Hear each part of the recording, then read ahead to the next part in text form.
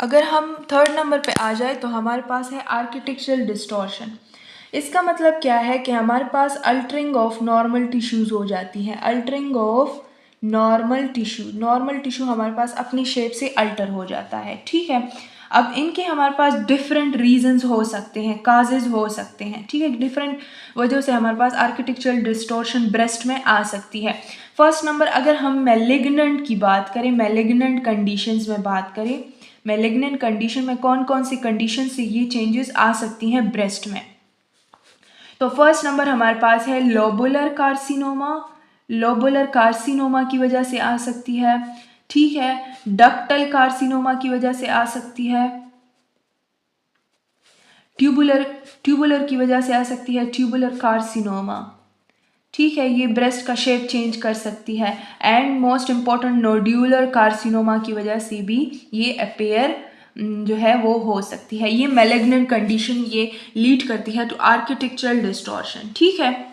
बस इसमें सिर्फ इतना याद रखिए, जो आर्किटेक्चरल डिस्टॉर्शन है ना, ये मोस्टली अपेयर होता है ड्यू टू कार्सिनोमाज, ठीक है। कार्सिनोमाज इसमें की वजह से हमारे पास ब्रेस्ट टिश्यू जो है वो अल्टर हो जाते हैं, ठीक है। अगर हम बिनाइन में बात करें ना, बिनाइन की वजह से भी हमारे पास हो सकती है। बिनाइन में होती है फाइब्रोएडिनोमाज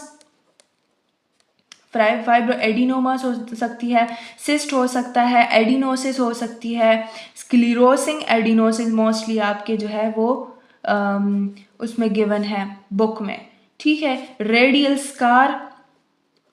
स्कार हमारे पास, इसके बारे में एक बात याद रखिए कि ये हमारे पास स्टार शेप नज़र आता है, स्टार शेप, ठीक है। फेट निक्रोसिस की वजह से भी हो सकती है, फेट निक्रोसिस। ट्रॉमा या इंजरी की वजह से भी हो सकती है, ट्रॉमा या इंजरी की वजह से भी डिस्टॉर्शन जो है वो आ सकती है in the breast tissue and it's a benign condition, ठीक है। मेस्टाइटिस की वजह से भी आ सकती है। मेस्टाइटिस हम इन्फ्लेमेशन को कह सकते हैं, ठीक है, इन्फ्लेमेशन या infection in the breast tissues, ठीक है। एप्सिस की वजह से भी, एप्सिस हम कहते हैं कि हमारे पास जो पस इन द सेल्स होता है, ठीक है। और सर्जिकल स्कारिंग भी हो सकती है। सर्जिकल स्कारिंग की वजह से भी डिस्टॉर्शन हो सकती है अगर पोस्ट सर्जिकल पेशेंट है हमारे पास, ठीक है। तो जो हमारे पास सर्जिकल स्कारिंग है ना, इसमें मोस्ट इम्पॉर्टेंट बात ये याद रखें कि इसमें हमेशा लीनियर डिस्टॉर्शन होती है। लीनियर डिस्टॉर्शन के आपके पास डिफरेंट टाइप्स होती है, लीनियर भी हो सकती है, सर्कुलर भी हो सकती है।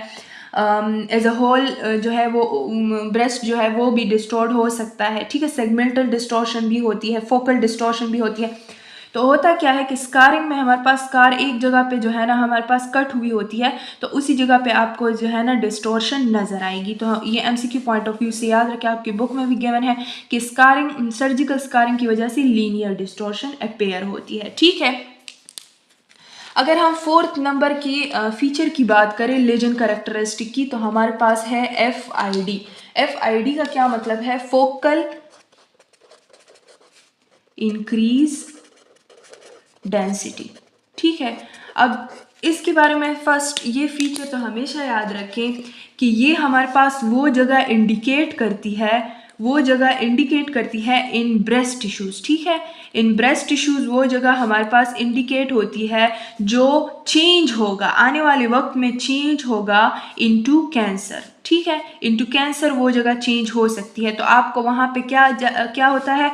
फोकल इंक्रीज, उस जगह पे फोकल मीन कि उसी जगह पे हमारे पास इंक्रीज डेंसिटी होगी, इंक्रीज डेंसिटी का स्ट्रक्चर नजर आएगा which will lead to the carcinoma और कैंसर्स, ठीक है। ये एक लोकलाइज्ड एरिया होता है जहाँ पे ब्रेस्ट टिश्यू की डेंसिटी इंक्रीज होती है। Usually it is associated with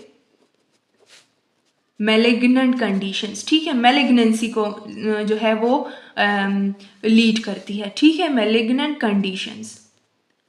समझ आ गई? अब जो इनके इंपॉर्टेंट फीचर है ना, उसमें सबसे पहले ये बात याद रखें, एमसीक्यू पॉइंट ऑफ व्यू से इंपॉर्टेंट है कि एक तो ये है कि मैंने पहले भी बताया इनका डेंसिटी इंक्रीज होगा। सेकंड नंबर, एसिमेट्री होगी इनकी, ठीक है। एक ब्रेस्ट दूसरे ब्रेस्ट से हमेशा हमारे पास क्या होगा? चेंज नज़र आएगा। या ब्रेस्ट का अगर हम एक साइड देखें या दूसरा साइड देखें तो इसमें एसिमेट्री होगी, ठीक है। थर्ड नंबर पे माइक्रोकैल्सिफिकेशन जो है ना इसमें अपेयर हो सकती है ड्यू टू इंक्रीज डेंसिटी।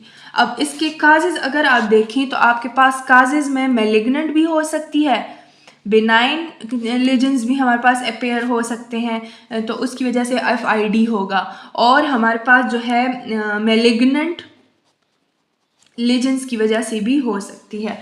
ठीक है, अगर हम अदर काजेस की बात करें तो उसमें हमारे पास स्कार टिश्यू आ सकता है, स्कार टिश्यू की वजह से भी FID focal increase density appear हो सकता है। दूसरा इन्फ्लेमेशन, हमने इससे पहले भी बात की, इन्फ्लेमेशन जैसे मेस्टाइटिस वगैरह। ठीक है, हीमाटोमा की वजह से भी हो सकता है अगर ब्लड एक्यूमुलेशन कहीं जगह पे ट्रॉमा या इंजरी की वजह से हुई है, तो अदर कंडीशंस में हमारे पास काजेस इस वजह से आ सकते हैं। ठीक है, तो ये थे 4 important feature of legend characteristic. Hope so आपको समझ आ गई होगी। इसके बाद हम पढ़ेंगे पोजीशनिंग के बारे में।